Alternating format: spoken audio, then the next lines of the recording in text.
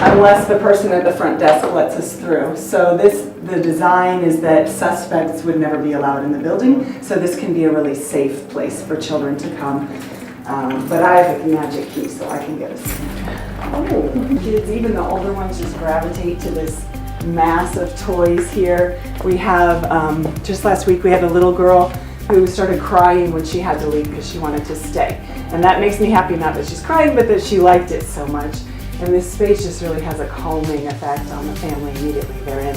Obviously, probably having one of the worst days of their lives, and this really soothes them. It's amazing to watch the stress start to melt off. So it can also be sort of a staging area. Some kids will just naturally move over here and start preparing themselves to go have a conversation that's going to be a little bit difficult for them to have. But regardless, then the next place they go is to an interview.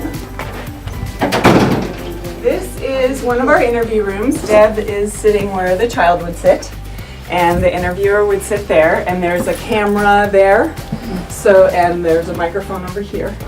And the whole thing is streamed, live streamed, and also recorded so that law enforcement and OCWI, or the Department of Child Safety, can be observing. Halfway through the interview or partway through, the interviewer will go back to the observation room and check in to see if something came up that the investigator knows about, but the interviewer didn't, and that, oh, do I need to ask more follow-up questions about that?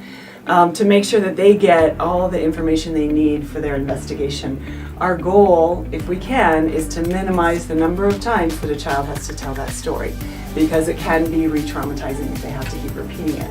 And before there was a child advocacy center, that's what would happen. A child would go to the police station and tell their story, and then they'd go to the hospital and tell their story, and then they'd go to a lawyer and tell their story, and then it was just as hard as it could be. And the whole idea is that this would be minimizing trauma to the child, and also it's much more efficient for all of us because we can all be working together and putting all our minds together and catching all the information at once. And we have software that records it, the sound and audio at the same time instantaneously, and then there are all those DVDs where they take away, they get 2 copies. One is for DCS and one is for law enforcement. And the one that law enforcement has follows the case as it goes, if charges are filed. So.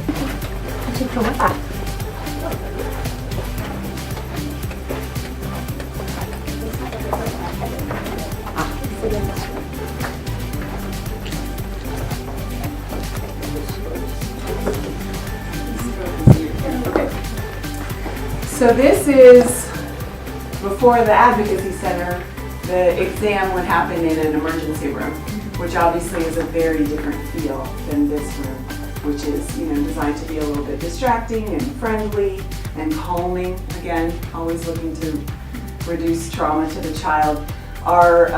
We have physicians, nurses, and nurse practitioners who are all specially certified to do forensic evidence collection in the context of a medical exam. So it's the International Association of Forensic Nurses who does the certification, and it's called a SANE exam, a sexual assault nurse exam.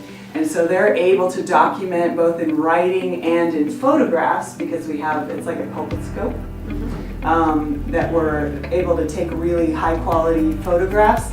And then that's stored on a secure cloud server that's HIPAA compliant, so that our medical director can look if necessary. We can do consultation. There's really a team approach to the exams, so that we're always sure if we say this was non-accidental, or we say that there's evidence that's consistent with sexual assault, we know for sure that that's true. We're not going to say that unless we absolutely know. So that it's really a team approach to that.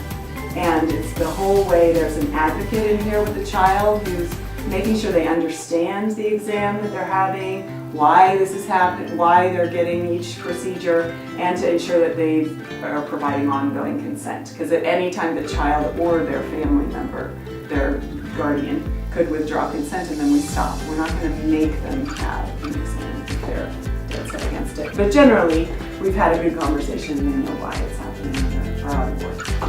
So then my favorite room. So this is my favorite room, not just because it's colorful and fun, but because this is where I actually watch the kids transform back into kids again. it's, you know, people hear what I do and they say, oh, that's so terrible, you must hear the worst things. And that's true.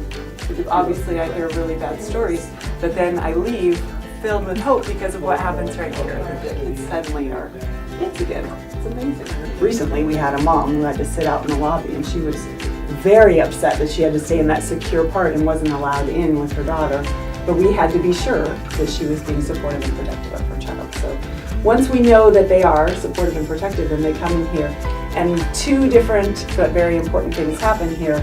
The advocate meets with the family to provide them resources. Sometimes the offender or the suspect is also the breadwinner for the family. So not only are they experiencing this horrible trauma, but now they're going to have financial implications to that. So we connect them with whatever resources they need. 100% of our clients are referred to crisis counseling and long-term therapy, and the crisis counselor is here on site, so she can a lot of times meet with them right away, which is really lovely. So healing happens here, and that's really good. The other thing that happens here is that the detective or the investigator will meet with the family member and get some more context for the case and their investigation. That helps move the process forward.